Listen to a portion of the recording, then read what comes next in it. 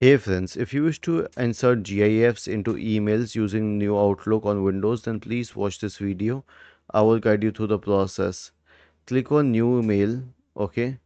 Now there will be an option for an Insert tab. You will have to go to Insert. Okay. Now you can click on.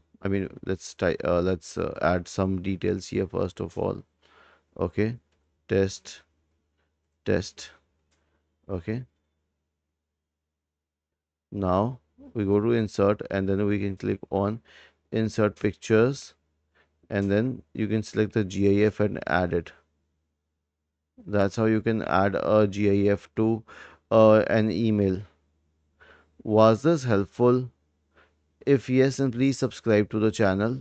If not, then let us know in the comment section of the video on how we could help you further.